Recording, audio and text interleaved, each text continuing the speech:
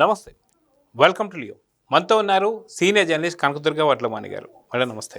నమస్తే అండి. నందమూరి బాలకృష్ణ గారు ఎన్బీకే వాస్తవానికి 60 సంవత్సరాలు దాటిన తర్వాత నుంచి ఆయన చేస్తున్న ప్రతి సినిమాలు సూపర్ డూపర్ హిట్. ఆయన ఎలాంటి కాంబినేషన్లో సినిమాలు రాబోతున్నాయి, ఎవరి డైరెక్షన్లో రాబోతున్నాయి, ఎవరు డైరెక్టర్ అని చెప్పేసి ప్రతిదీ ఒక పెద్ద చర్చ. అయితే వాస్తవానికి ఆయన అవకాశాలు ఇస్తుంది కూడా ఒక యంగ్ డైరెక్టర్స్కి ఇస్తూ వస్తున్నారు. సో ఇదే విధంగా ఇప్పుడు బాలకృష్ణ గారు ఎన్నో పుట్టినరోజు జరుపుకుంటున్నారు. మొత్తానికి ఈ యొక్క పుట్టినరోజు సందర్భంగా మీరు చెప్పేటువంటి ఒక మంచి మాటలేండి. ముందు వారికి జన్మదిన శుభాకాంక్షలండి. మీరు అన్నట్టుగా 60 దాటాక మామూలుగా లైఫ్ ఇంకేంట్లే అనుకుంటారు. ఈయనకి 60 దాటాక మళ్ళీ లైఫ్ స్టార్ట్ అయింది, కొత్త లైఫ్ స్టార్ట్ అయింది. అంటే రోజు రోజుకి ఆయన ఏదో బలం పుంజుకోవడం అన్నట్టుగా ఎందులో అడుగు పెట్టినా అందులో సక్సెస్. ఇటు సినిమా, అటు చిన్న తెర, అన్స్టాపబుల్గానే వెళ్తున్నారు ఆయన. అది ఏ ముహూర్తాన్ని పెట్టుకున్నారో కానీ ఆ పేరు అన్నింట్లో అన్స్టాపబుల్. ఆయన పద్మభూషణుడు ఆయన.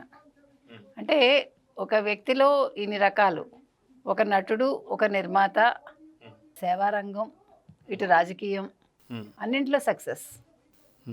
ఆయన హ్యాట్రిక్ కొట్టారు హిందూపురం. తర్వాత ఆయన మీద ఎప్పుడు కూడా నెగిటివ్ ఉండదు. మీరు గమనిస్తే కనుక అయితే ఆయన అందరూ కూడా బోళా మనిషి, నిష్కల్మషంగా మాట్లాడతారు, మనసులో ఏం దాచుకోరు, ఏమున్నా చెప్పేస్తారు, బయటకు అనేస్తారు. అది చాలా మంచి మాట అండి. ఎందుకంటే మన వెనకాల చెడు మాట్లాడుకోకూడదు ఎవడు. బాలకృష్ణ ఒకసారి తిడతాడు అంతే కదా. అంటే ఏమున్నా మిమ్మల్ని అనేస్తారు, మళ్ళీ ఏంటి బ్రదర్ అంటారు. అది మంచి సుగుణాల్లో ఒకటండి అది. తర్వాత నందమూరి బాలకృష్ణ గారి మొత్తం మీరు చూసుకుంటే ప్రస్థానం, ముఖ్యంగా ఇవాళ మనం ఇంకొక మాట, ఒక్క పాయింట్ మాత్రం చెప్తా. భారతీరాజా గారు ఇవాళ చనిపోయిన రోజు అన్ఫార్చునేట్లీ. భారతీరాజా గారి ప్రస్తావన ఎందుకు తెచ్చానంటే, మంగమ్మ గారి మనవడు ఏదైతే బాలకృష్ణ చేశారో దానికి కథ వారు అందించారు. భానుమతి గారితో వీరు మనవడిగా యాక్ట్ చేసి సుహాసిని హీరోయిన్. పెద్ద హిట్ అది. ఆ ఒక పాయింట్ కోసం చెప్పాను.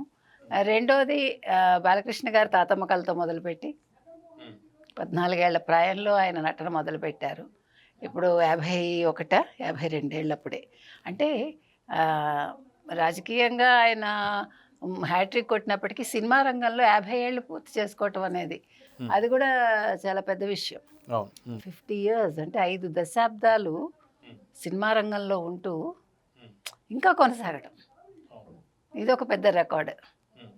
ఆయన గిన్నిస్ బుక్ ఆఫ్ వరల్డ్ రికార్డ్స్కి ఎక్కినట్టున్నారు. సో చాలా రికార్డ్స్ ఉన్నాయి వారికి. మీరు అన్నారు ఏంటి వారి సినిమాలని చూస్తే దేనికి అదే కదా. మీకు సమరసింహారెడ్డి ఎంత పెద్ద హిట్ అది. అలాగా మీరు ఇప్పుడు ఎన్బీకే 111 అంటే 111, అది కూడా ఇప్పుడు మొదలైందో ఏ రకంగా చూసుకున్నా వ్యక్తిగతంగా కాదు, అంటే కుటుంబ పరంగా కాదు. ఆయనకి 2 కూతుళ్ళు, పిల్లల్ని ఎలా పెంచాలి అంటే బాలకృష్ణ కూతుళ్ళలాగా పెంచాలి. ఇంకొకటి మీకు ముందే చెప్పాను నేను, బసవతారకం గారు యాక్చువల్గా పిల్లల్ని పెంచిన విధానం అది మళ్ళీ వీళ్ళ ఇంట్లో చూస్తాం. వసుంధర గారు అట్లా పెంచారు. తర్వాత ఇంకా సేవ అన్నారు మీరు. సేవ తీసుకుంటే Basavatarakam Indo American cancer institute, అది వాళ్ళ అమ్మగారికి వచ్చిన ఆ క్యాన్సర్ బాధ చూశాక ఇలా ఎవరూ కూడా క్యాన్సర్ బారిన పడకూడదు, అంటే దానికి మన చేతనైనంత మనం చెయ్యాలి అని దాన్ని ప్రారంభించటం, దాన్ని అద్భుతంగా నిర్వహించటం, దానికి చైర్మన్గా వీరు వ్యవహరిస్తూ ఇప్పుడు ఆంధ్రప్రదేశ్లో కూడా మళ్ళీ అక్కడ కూడా కట్టబోతున్నారు. సో సేవారంగం అదొకటి. అదే కాకుండా ఆయన చాలా చేస్తూ ఉంటారు, చాలా సేవలు చేస్తారు, చెప్పుకోరు కానీ. కాబట్టి బాలకృష్ణ గారి గురించి ఏం చెప్పాలి అంటే చెప్పడానికి ఎంతో ఉంటుంది. అన్స్టాపబుల్లో కూడా ఆయన వ్యవహరిస్తున్న తీరు అంటే ఒక అది లైవ్లీగా వెళ్ళిపోతుంది ఆ షో. అంటే బాలకృష్ణ గారి గురించి చెప్పుకోవాలంటే బిఫోర్ అన్స్టాపబుల్, ఆఫ్టర్ అన్స్టాపబుల్ అని చెప్పుకోవాలి. ఎందుకంటే వాస్తవానికి బాలకృష్ణ గారికి షూటింగ్ స్పాట్లో ఎదురైతే కొడతారని, తిడతారని, ఆయన ముందు బ్లాక్ డ్రెస్సులు వేసుకోకూడదని చెప్పేసి, లేదా ఆయన ముందు చెడు ఏది మాట్లాడకూడదని చెప్పేసి, లేదా ఆయన ముందు ఇంకొక వ్యక్తిని పొగడకూడదని చెప్పేసి అని, లేదా ఆయన ముందు ఇంకొక హీరో గురించి ప్రస్తావన తీసుకురాకూడదని, ఇలాంటివి ఎన్నో చెప్తుంటారు. కానీ అప్పటిదాకా అవే నిజమేమో. ఎందుకంటే తండ్రి ముఖ్యమంత్రి, తండ్రి సినీ నటుడు, అగ్ర నటుడు, అదిగాక ఇండస్ట్రీని వెళ్తున్న మొత్తం వాళ్ళే కాబట్టి అటు సినీ ఇండస్ట్రీలో కావచ్చు, రాజకీయాల్లో కావచ్చు పూర్తి పట్టు వారి చేతిలో ఉంది కాబట్టి, నందమూరి హస్తగతంలో ఉంది కాబట్టి అది నిజమే అనుకున్నారు. కానీ ఎప్పుడైతే అన్స్టాపబుల్ అనేటువంటి షో బయటికి వచ్చిందో, ఆయన మాట్లాడే మాటలు కావచ్చు, లేదంటే మీరు ఇందాక అన్నట్టు బోలాతనం కావచ్చు, లేదా చిన్న పిల్లవాడి మనస్తత్వం కావచ్చు, అసలుకి ఇప్పుడు ఉన్నటువంటి యంగ్ హీరోలందరూ కూడా బాలకృష్ణకి బాగా కనెక్ట్ అయ్యారు. ఎవరైతే విశ్వక్సేన్ కావచ్చు, లేదంటే మనకు శర్వానంద్ కావచ్చు, రామ్ చరణ్ కావచ్చు, వీరంతా కూడా. సో ఈ రకంగా చూసుకుంటూ వెళ్తే పబ్బుల్లోనూ క్లబ్బుల్లోనూ ఎక్కడైనా సరే లాస్ట్ 10 నిమిషాల ముందు వినిపించేటువంటి ఒక శబ్దం జై బాలయ్య. ఆ జై బాలయ్య అనేటువంటి ఒక పదానికి ఎందుకు అంత పవర్ అంటే, అటు మన దేశంలోనూ విదేశాల్లోనూ అంటే ఏం చెప్తారు? అంటే మీరు అన్నారు కదా అన్స్టాపబుల్లో ఆయన అంటే వ్యవహరిస్తున్న తీరు, మాట్లాడుతున్న విధానం, జోవియల్గా వాళ్ళని అంటే ప్రతిదీ కూడా వాళ్ళని చాలా ఫ్రీగా అడుగుతున్నాడు ఆయన ఏమడిగినా. రామ్ చరణ్ కావచ్చు, లేకపోతే బన్నీ కావచ్చు, మహేష్ బాబు కావచ్చు, ఈవెన్ అంటే వాళ్ళల్లోని కొత్త కోణాలు ఆయన ఆవిష్కరిస్తున్నారు. తర్వాత ఇంకొక మాట అన్నారు మీరు, ఇప్పుడు నిజంగా చెప్పాలంటే యువతరం ఆయనతో పోటీ పడాలి. ఇప్పుడు ఎక్కువ సినిమాలు చేస్తున్నది బాలకృష్ణ, కానీ యంగ్స్టర్స్ చేయట్లే. 2 ఏళ్ళు 3 ఏళ్ళు 5 ఏళ్ళు ఒక సినిమాకి. ఆ విషయంలో బాలకృష్ణ గారితో పోటీ పడాల్సిన అవసరం ఈనాటి హీరోలకు ఉంది, యంగ్ హీరోలకి. అదొక ప్రత్యేకత. ఏ సినిమా చేసినా మీరు చెప్పినట్టు హిట్ అవుతుంది. అంటే ఆయనకి వయసు పెరిగే కొద్దీ ఆయనకి జయాలు ఎక్కువవుతున్నాయి, అంటే విజయాలు ఎక్కువవుతున్నాయి. ప్లస్ ఆయన అన్నింటిలో కూడా తనేంటో ప్రూవ్ చేసుకుంటున్నారు. ఇప్పుడు మీరు అన్నట్టుగా దేశ విదేశాల్లో జై బాలయ్య ఎందుకు అంటే అది ఆయన మనస్తత్వాన్ని బట్టి. ఇప్పుడు మిమ్మల్ని ఒకళ్ళు ఇష్టపడడానికి ఇష్టపడకపోవటానికి మీ మాట మీ మనసు. మరి ఆయన అంత మాట అలా ఉన్నప్పుడు ఎట్లా ఇష్టపడుతున్నారు అంటే ఆయన ఓపెన్నెస్.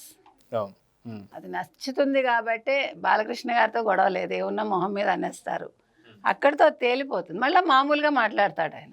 అది ఆయన దగ్గరికి చేరుస్తుంది అందరినీ, లేదా అందరూ ఆయన దగ్గరికి వస్తారు. అది సో మొత్తానికి ఇప్పుడు ఎన్నో పుట్టినరోజు చేసుకుంటున్నారు. అదేవిధంగా రాబోతున్నటువంటి సినిమా అప్డేట్స్ ఏమైనా ఉన్నాయంటే ఏం చెప్తారు? ఇప్పుడు 65 ఏళ్ళు అనుకుంటానండి కంప్లీట్ అయితే. 60లో పుట్టారు వారు, 60 జూన్ 10. సో దాని ప్రకారం 65 అనుకోండి, పోయిన 66 వస్తాయి. ఇప్పుడు కొరటాల శివతోటి అయితే కన్ఫర్మ్ అయిందండి. ఇంకొక సినిమా ఇంకా అవ్వలేదు. ఏది ఏమైనా 2 సినిమాలు అయితే రెడీ అవుతాయని విన్నాం మనం. అది ఎప్పటికి తేలుతుంది అనేది తెలియదు. మేబీ చాలా తొందరలో అవ్వచ్చు. ఇంకొకటి ఇవాళ ఆయన పుట్టినరోజు సందర్భంగా ఆయన ఒక అనౌన్స్మెంట్ చేశారు. ఇప్పుడు బసవతారకం పెట్టి ఈ జూన్ 22కి 25 ఏళ్ళు అవుతుంది. సో రజతోత్సవ వేడుకలు చేయబోతున్నారు. ఈ రజతోత్సవ వేడుకలకి అంటే ఇరు తెలుగు రాష్ట్రాల ముఖ్యమంత్రులు హాజరవుతున్నారు. అటు నారా చంద్రబాబు నాయుడు, ఇటు రేవంత్ రెడ్డి. సో అదొక ప్రత్యేకత. ప్లస్ 25 ఏళ్ల ప్రస్థానం బసవతారకాంది, అదొకటి.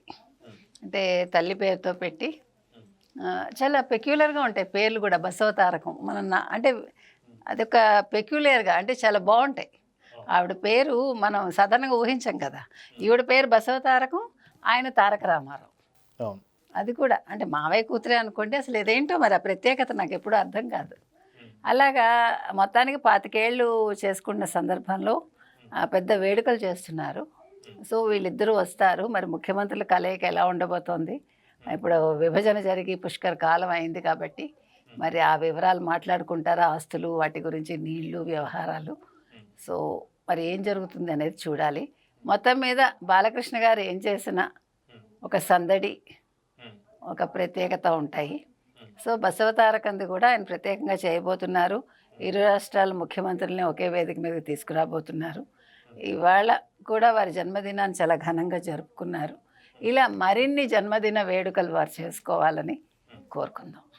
సో మా లియో ఛానల్ తరఫున కూడా నందమూరి బాలకృష్ణ గారికి జన్మదిన శుభాకాంక్షలు. నమస్తే. నమస్తే అండి.